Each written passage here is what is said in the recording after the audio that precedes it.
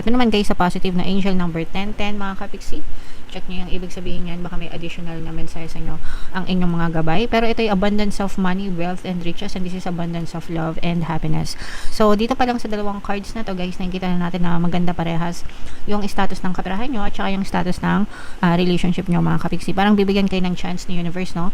Na baguhin nyo or maging maganda, no? Nabigyan kayo ng chance ni universe na maging maganda or ayusin nyo yung inyong kabuhayan at saka yung inyong mga relasyon mga kapiksi. Sa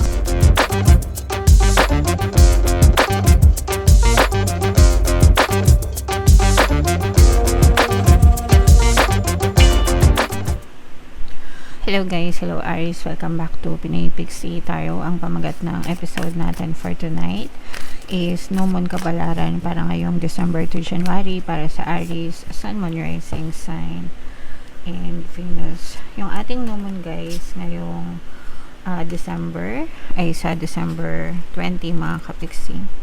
Tapos yung next na No Moon naman natin ay sa January 18. So, ang reading na to guys ay para sa period na yan. And, yeah. So, unahin natin itong moon message para sa inyo guys. Ang ganda ng mensahe, no? A time for healing. So, saktong-sakto guys kasi bagong taon na.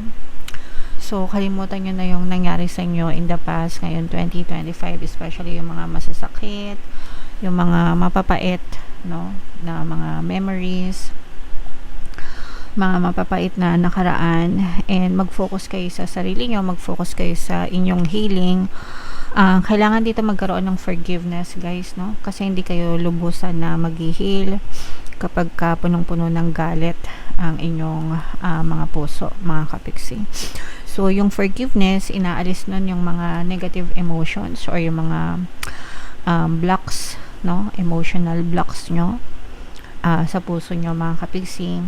Kapag nawala yon, doon lang kayo tuluyan mag-heal, doon lang kayo tuluyan mag-move on, and doon lang tuluyan na magiging magaan ang inyong pakiramdam, guys, okay? So, attune to the moon. When one is healed, all are healed. So, kung 'di ba meron kasabihan tayo na sakit ng kalingkinan, damdam ng buong katawan. So, kunwari pag masakit yung ngipin mo, parang buong katawan mo na masakit. So, kung may dinadamdam kayo sa buhay nyo, parang damay-damay na rin yung buong buhay nyo, mga kapiksi, diba? So, kunwari, malungkot kayo sa love life, sometimes apektado rin yung buhay nyo, apektado din yung trabaho nyo, ganyan-ganyan. And it's the same way kapag healed kayo, guys. Kapag you make peace with yourself, diba? Lahat din nagiging maayos sa buhay nyo. So, yeah, let's focus on peace and forgiveness and light, guys. And alis na tayo sa darkness, alis na tayo sa kalungkutan, alis na tayo sa kasawian, especially ngayong bagong taon, mga kapiksi. So, kailangan tulungan nyo yung sarili nyo, guys, okay?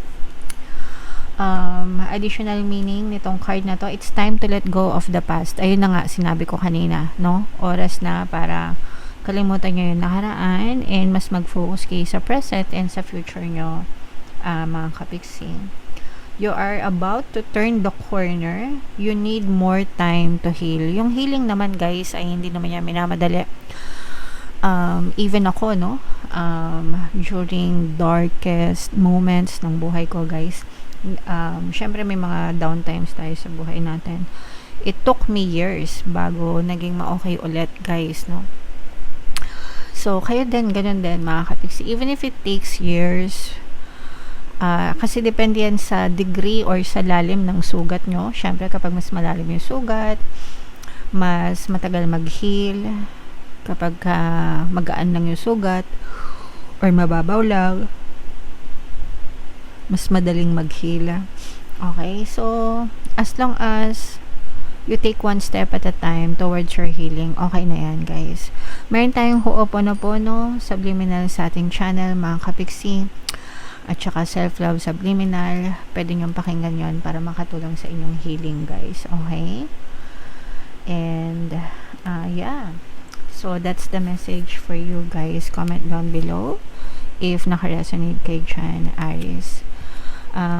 Ito yung deck na gagamitin natin. Shuffle natin to guys. Habang sinashuffle ko to, panoorin nyo muna yung video natin regarding sa ating paano mag-manifest ng abundance video course. Kapiksi, sawa ka na ba sa mga struggles at hirap sa buhay mo? Masipag ka ba at masikap sa buhay ngunit hindi ka pa rin umaasenso? Ilang beses ka na bang nag-attempt magnegosyo at mag-invest pero palagi ka pa rin nalulugi? Sa pagkakataon na ito ay maaaring may subconscious beliefs ka na nagiging balakid sa iyong pag-unlad at pagyaman. Introducing, paano mag-manifest ng abundance video course. Dito ay matututunan mong ma-overcome ang mga balakid mo para tuluyan ka ng umunlad, umasenso, sumagana, maging matagumpay, successful at maswerte sa iyong kabuhayan, pera, trabaho, negosyo sa lapi at kaperahan ng bonggang-bongga. Dali, mag-send na ng email sa pinoypixie@gmail.com at simulan na ang iyong pagyaman ngayon.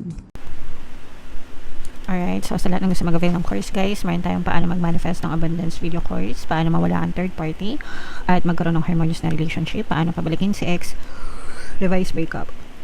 So, interesado guys, mag-send lang kayo ng email sa pinoypixie@gmail.com. And sa mga naghanap guys, ang pambaswerte na lucky charms or lucky bracelet, Aventurine tsaka Citrine yung recommended ko sa inyo guys. May makikita kayo guys ng mga links sa description box at yung mga sample products. So, Aries, kayo ay represent ng Queen of Staves. Ito naman yung ating moon energy. Latag natin yung spread nyo guys. Available na yung inyong 2026 kapalaran ha. Kung di nyo pa napapanood mga kapiksi, punta lang kayo sa homepage natin. Wow, grabe. Grabe naman ito mga kapiksi. So, this is both negative and positive guys. Ito yung sinasabi natin sa inyo na a time for healing mga kapiksi, no? Kasi for some of you, meron pa talagang mga emotional pain na pinagdadaanan yung iba sa inyo mga kapiksi, okay? And okay lang yan, guys. Sabi ko nga sa inyo, pagdating sa healing, iba-iba tayo ng sitwasyon. Kaya, yung iba mas matagal mag-heal, yung iba mas madaling mag-heal yung kanilang mga sugat sa puso guys. So take your time. Ang importante is mag-focus kayo sa pagpapagaling nyo. Magiging ma-okay din kayo, makaka-recover din kayo mga kapiksi. Okay?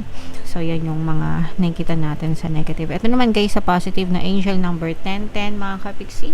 Check nyo yung ibig sabihin yan. Baka may additional na mensahe sa inyo ang inyong mga gabay. Pero ito yung abundance of money, wealth, and riches. And this is abundance of love and happiness. So, dito pa lang sa dalawang cards na to guys, nakikita na natin na maganda parehas yung status ng kaperahan nyo at saka yung status ng relationship nyo mga kapiksi. Parang bibigyan kayo ng chance ni universe, no? Na baguhin nyo or maging maganda, no? Nabigyan kayo ng chance ni universe na maging maganda or ayusin nyo yung inyong kabuhayan at saka yung inyong mga relasyon mga kapiksi. Sa kabuhayan guys, very stable naman yung inyong source of income, lalo na kung meron naman kayong mga trabaho na or mga negosyo. So, stable pa rin, no? Ibig sabihin may pumapasok pa rin mga kapiksi. Ngayon, dito sa love guys, ito medyo nakakatawa ito kasi hindi ko alam kung matutuwa kayo kasi meron magbabalik sa inyo from the past, no? Etong mga past lover, ito mga kapiksi, susuyuin ulit kayo nitong person na to with the intention na parang liligawan ulit kayo nitong person na to guys. And ang intention nitong person na to is makipagbalikan sa inyo, no? So ito yung magre-resonate sa mga kapiksi natin ng mga iniwan, mga ginost, no? Parang mga nawala na lang na parang bula mga kapiksi, and maaaring yun din, ito din yung dahilan ng inyong mga emotional pain, no? Itong mga nang iwan sa inyo guys, okay? So yun yung kanilang intention, makipagbalikan sa inyo. Pero yung iba sa inyo guys, I'm sensing na since masyado nga marami kayong emotional pain, parang may mga trust issues na kayo dito sa person na to, and parang gusto nyo na lang mawala sila tuluyan sa buhay nyo, and gusto nyo na maka-move on, no? Kasi nga masyado na kayong nagdusa mga kapiksi. So parang nawala na rin kayo ng tiwala dito sa person na to guys, okay? And this is also a reminder, no, na mag-ingat din kayo sa mga pinagtatiwalaan nyo sa current or sa mga present na sitwasyon nyo mga kapiksi. Kasi syempre kailangan natin mag-ingat para hindi kayo basta-basta maloko guys, okay? So yan, i-mind nyo na yan sa comment section mga kapiksi, yung abundance of love, happiness, abundance of money, reconciliation guys, no, sa mga gustong makipagbalikan. Guys.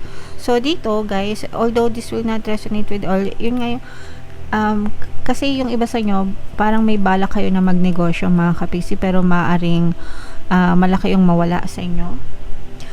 It's normal naman guys na kapag magnegosyo kayo, syempre magre-release kayo ng mga kapital.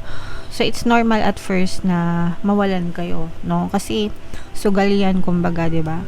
Maglalabas kayo ng kapital talaga para may pang negosyo kayo. Pero, kailangan yung hinay-hinay lang. Kumbaga, pag-aralan yung mabuti at saka wag kayo agad-agad madi-disappoint. Kasi yung iba sa inyo guys, parang feeling ko, kapag sa mga ano to guys sa mga nagbabalak magnegosyo, hindi kayo agad-agad makakita ng return of investment. Ibig sabihin, hindi agad siya babalik ng malaki or hindi agad siya babalik ng hindi nyo agad mababawi yung mga pinuhunan nyo. So, maaaring ma-frustrate kayo kasi yung ina-expect ng result hindi siya kasing ganda ng inaasahan nyo. But it takes consistency, effort, hard work, and positive mental diet guys para sumakses kayo dito. So, pwedeng temporary lang ito na mahina, pero papaldo rin kayo mga kapiksi. Basta i-claim nyo lang na papaldo kayo araw-araw, di ba? Mag-affirm kayo. Money, money come to me. Swerte ako sa negosyo. Lalago ang negosyo ko, di ba? Marami akong customers. Marami din ako guys na mga subliminals pang business, no? Pang negosyo. So, pwede nyo pakinggan yun guys para makatulong sa sales nyo. Marami na rin success stories yun guys. Okay? So, I gotcha. Okay? Alright. So, yeah. Comment down below, guys, no? Ito, i-mind nyo na tong abundance of money na to, tsaka abundance of love, reconciliation, mga kapiksi. So, shuffle natin to, guys. Bunod lang tayo ng isang additional message. This is more on dark shadows, guys. Go with the flow and be open to life's changes. So, wag nating i-resist guys, no, yung mga pagbabago, yung mga changes sa buhay natin. Those are necessary para mag-manifest yung mga bagay na desire natin. You just have to allow the universe to do the work for you. Ang trabaho mo is i-declare mo kay universe kung ano yung wish mo, kung ano yung desires mo, kung ano yung gusto mong i-manifest. And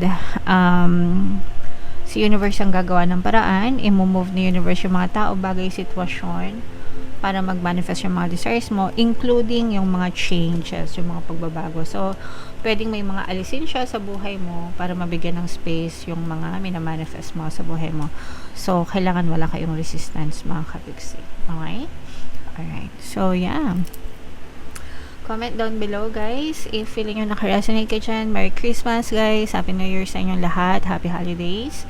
Ito yung ating 2026 kapalaran. Ito yung ating success stories ng paano mag-manifest ng abundance video course. Thank you for liking, sharing, and subscribing. See you next time guys. I love you all. Have a nice day. Bye bye.